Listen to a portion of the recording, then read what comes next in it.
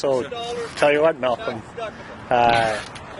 you're for councillor in that. Yeah. So give us your mandate, like what you plan on doing and why people should vote for you for council. Well, why they should vote for me is the experience I've got. I've been very involved in the community over the last several years, particularly the last 3. Like I chair the Economic Development Committee, NABI Incubator, our ball league. I've been president there for 13 years, the Slow Pitch League. So I really got to know, I think, the issues in the community, worked with the administration and council, so I've seen the things that have to be changed. So what I really want to do is, and the big issue in this campaign is going to be around how taxes are continuing to escalate. Sure. They have.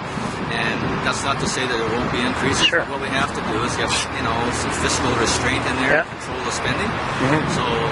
So if I mention a word like collaboration, what does that mean to you? Collaboration? Yeah. Well, you can take it 2 ways. The way I would take it is when you're collaborating, you got to work with people. So, for example, using Arlington, which everybody's got as a hot button these days. Yeah. If we'd started out at the beginning to sit down with those people and talk to them and find out how they wanted it and what the city had as a vision, we could have collaborated and worked it out, so we wouldn't have had what we've gotten. Sure. I'm going to turn this way so the sound is better. Yeah. So that would be one part of it. The other thing we need is collaboration with our regional partners. I mean, it's not just St. Albert alone, it's the capital region that has to work together. And we had a symposium I co-hosted with Sturgeon County back in February. Sure. And the theme of it was strengthen partnerships. So people have to work. So how do you network with people online, or anything like that? I just set up my website, and we've got Facebook, so the website's been up since Monday. And my thing is, when I get elected, because I don't think it's an if, I think I've got an excellent chance of being elected, is then to keep in touch with people. There's different things you can do, and if they have organizations within their community, get me out there to talk to them and listen to them. That's the key. The other thing I'd like to do is set something up on a regular schedule, like say maybe once a month I'm going to be at the second cup on this day at this time. Come down and talk to me. It's all that kind of stuff you got to do, and if you do that, you'll very quickly establish a relationship with the people, and you'll understand what they want. And the big thing I've always found is if you're going to do something, you've got to do it. And if you come back with an answer and it's not what they want, at least they appreciate the fact that you made the effort to understand and come back with your ideas. Okay. And to me, that works out good.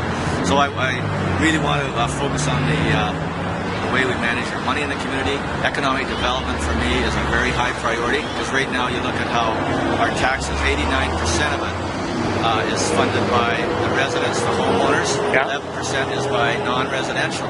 So we do have to get some light industrial. We're not looking to have... So how about young kids, like the seniors and the young kids? What do you plan on doing there with young kids? Well, and that's all part of it. Like, you've got the economic cycle. So if we can get, for example, some more commercial and light industrial in the community, and there's jobs, and young people come in for that, then they've got a place to work rather than retail. Like, how about knowledge-based industries? Knowledge-based is bang on. Like the annex lands, I mean, they've done absolutely nothing there.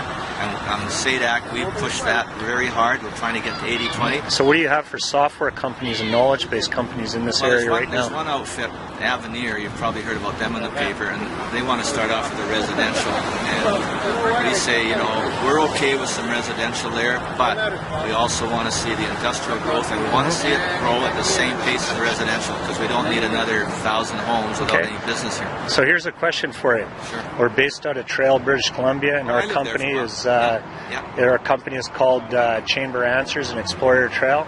We're a knowledge-based company. Basically, we do collaboration tools and that for Chamber of Commerces and communities and stuff.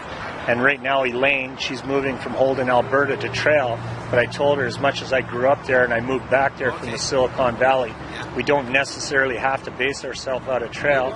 We walked through St. Albert. I lived up here for one summer, enjoyed it. So what would you do for us, encouraging us to come and base our company out of here? Well, I think one of the things that I'm hearing that's a real problem is when somebody new comes here and wants to set up a business, they go to the city and they don't get the help or the cooperation put through a bureaucratic red tape. I mean, and I'm talking large development. It happens in Trail. It happens all over. Yeah. The word I keep hearing is we're probably the hardest community to deal with. And so that has to change. We've got to become really business friendly and work with the people. Even looking at maybe incentives or something like that. And I mean, So if we wanted to work with you, even though we're based in Trail, we have Elaine has a daughter and a son here in Holden, and she wants to keep that connection strong and everything. So I said we might be able to base an office here also. Yeah, no, exactly. So like, that's what we see happening. Like again with our business incubator, where I chair that one, and that whole concept is to try and with small business, help them get started. So if we were willing to work with you on an incubation thing and collaborate with you and put our investment into that to help you meet your needs and that, would you be interested in that? Exactly. Yeah. Okay, my name's Randy McCallum. Okay, Randy. And I've been in the software. I've been in the software industry for over 25 years. Worked with Apple and IBM and Microsoft for years and everything. So actually, we're our incubator here is a mixed-use incubator, and is tied in with a regional partnership with some other organizations like Tech Edmonton, the Research Park, and that.